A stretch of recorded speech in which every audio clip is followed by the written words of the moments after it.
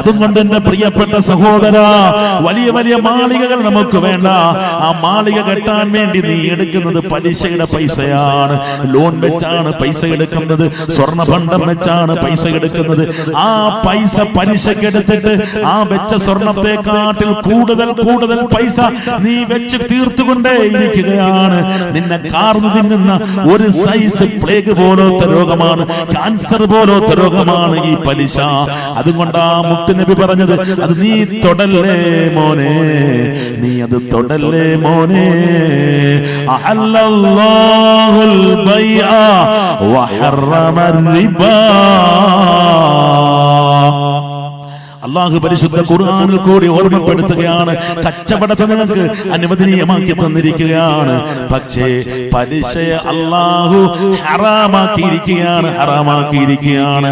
അള്ളാഹു ഹറാമാക്കിയ കാര്യത്തെ ആരെങ്കിലും ഹലാലാക്കിയാൽ അവൻ ഈ ദുനിയാവിൽ വെച്ച് തന്നെ അവൻ അതിന്റെ പാഠം പഠിക്കുക തന്നെ ചെയ്യും.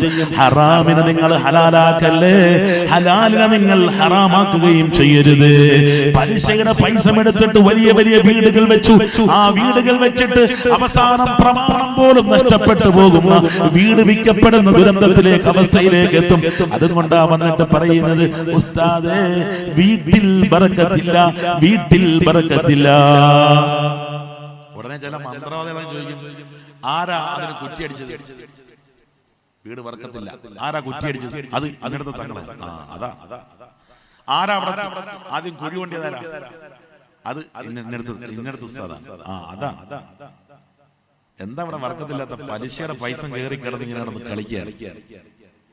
പലിശയുടെ പൈസയാണ് സിമന്റ്, ഈ സംവിധാനം മുഴുവനൊക്കെ പലിശയുടെ പൈസയാണ്. ഇത് കിടന്നിങ്ങനെ കളിക്കുന്നോണ്ടാ വർക്കത്തില്ല. അല്ലാതെ കുറ്റിയടിച്ചാലും കുഴപ്പമില്ല. എപ്പോഴും വീട് വെക്കുമ്പോൾ ഹലാലേ വെക്കാവൂ, എപ്പോഴും മക്കൾക്ക് കൊടുക്കുമ്പോഴും ഹലാലേ കൊടുക്കാവൂ.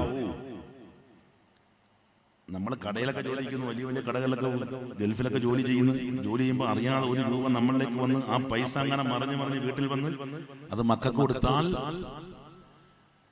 പണ്ഡിതന്മാര് പറയുന്നു, ഹറാമായ ഭക്ഷണം മക്കൾക്ക് കൊടുത്താൽ ആ മക്കള് വഴിവെറ്റിപ്പോകുന്ന. ഹറാമായ ഭക്ഷണം മക്കൾക്ക് കൊടുത്താൽ ആ മക്കള് വഴിതെറ്റിപ്പോകും.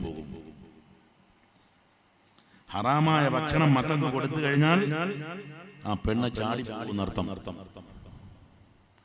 ഹലാല് മാത്രമേ കൊടുക്കാവൂ.